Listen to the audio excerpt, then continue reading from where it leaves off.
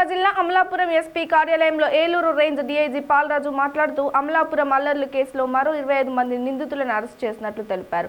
రేపు కూడా మరో కొంతమంది నిందితుల అరెస్ట్ ఉంటుందని 20 వాట్సాప్ గ్రూపుల ద్వారా విధ్వంసానికి పథక రచన చేశారని, అల్లర్లలో ధ్వంసమైన ఆస్తుల నష్టాన్ని నిందితుల నుండి రాబడతామని డీఐజీ పాలరాజు తెలిపారు. వీడియోలు, సీసీ ఫుటేజ్, టవర్ లొకేషన్ లాంటి సాంకేతిక ఉపయోగించి నిందితులు గుర్తించారు. నగరంలో 144 సెక్షన్ మరో వారం రోజులు పొడిగించామని డీఐజీ తెలిపారు. ఆ తర్వాత ఇంకొక ముఖ్యమైన విషయం చెప్పండి, పీడీపీపీ యాక్ట్ గురించి. ఏంటంటే ఈ పీడీపీపీ యాక్ట్ వేశారు ఏంటి అని అడిగారు. బేసికలీ ఇది పబ్లిక్ ప్రాపర్టీని ప్రొటెక్ట్ చేసేటువంటి చట్టం. ఈ చట్టం ప్రకారం ఎప్పుడైతే ఈ చట్టం మనం ఇన్వోక్ చేస్తామో అరెస్ట్ అయిన అక్యూజ్డ్ దగ్గర వాళ్ళ ప్రాపర్టీని సీజ్ చేయడం జరుగుతుంది. అంటే పబ్లిక్ ప్రాపర్టీ డ్యామేజ్ అంచనా వేసి ఆ అమౌంట్ మొత్తం కూడా ఎవరైతే ఈ దాడుల్లో పాల్గొన్నారో, ఎవరైతే ఆర్గనైజ్ చేశారో వాళ్ళందరూ కూడా కలిసి కట్టాల్సి ఉంటుంది. వాళ్ళ ప్రాపర్టీస్ అన్ని కూడా సీజర్ చేయడం జరుగుతుంది. కాబట్టి కొంతమంది మీడియా మిత్రులు మమ్మల్ని అడిగారు, ఏంటి పీడీపీపీ యాక్ట్ వేయటం వల్ల ఏంటంటే దాని ఇంపాక్ట్ ఏంటి అని అడిగారు.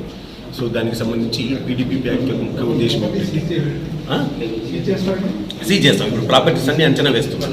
లోకల్ ఎంఆర్ఓ వాళ్ళ దగ్గర నుంచి మనం ఏం ఆస్తులు ఉన్నాయి, ఎక్కడ ఆస్తులు ఉన్నాయి, వాటి విలువ అంతా అంచనా కట్టి వాటన్నిటి కూడా కోర్టుకు సమర్పించడం, కోర్టు ద్వారా వాటిని వాళ్ళు ప్రాపర్టీ సీజర్స్ జరుగుతాయి. దాని తద్వారా ఫైన్స్ కలెక్ట్ చేస్తారు. ఎంతైతే డ్యామేజ్ అయిందో, బస్సు డ్యామేజ్ అయింది, లేదా ఇల్లు డ్యామేజ్ అయింది, లేదా గేట్ డ్యామేజ్ అయింది, అద్దాలు పగులు కొట్టారు.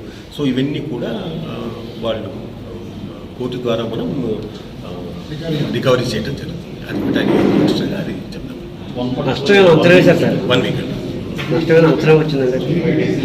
కలెక్టర్ గారు R&B ఇంజనీర్తో కలెక్టర్ గారు ప్రతి సంఘటనకు వెళ్ళి వాళ్ళు అంచనా వేయడం జరిగింది. అంటే building property, building, vehicle, bus, Vajra vehicle, అట్లా ఏవైతే ప్రాపర్టీస్ని ధ్వంసం చేశారో వాటన్నిటిని కూడా R&B వాళ్ళు చేస్తారు. నార్మల్గా వాళ్ళన్నీ కూడా అంచనా వేసి ఇంత నష్టం జరిగింది అని వాళ్ళు కూడా నివేదిస్తారు.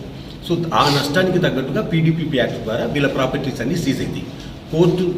కోర్టు ద్వారా ఈ ప్రాపర్టీస్ అన్నింటినీ కూడా ఫైన్ కింద కట్టడం జరుగుతుంది. బికాస్ పబ్లిక్ ప్రాపర్టీ నష్టమైంది కాబట్టి. ప్రూవ్ అయిన తర్వాత డెఫినెట్గా ప్రూవ్ అయిన తర్వాత కాబట్టి ప్రాపర్టీ సీజర్స్ మాత్రం ఇప్పుడే జరుగుతాయి.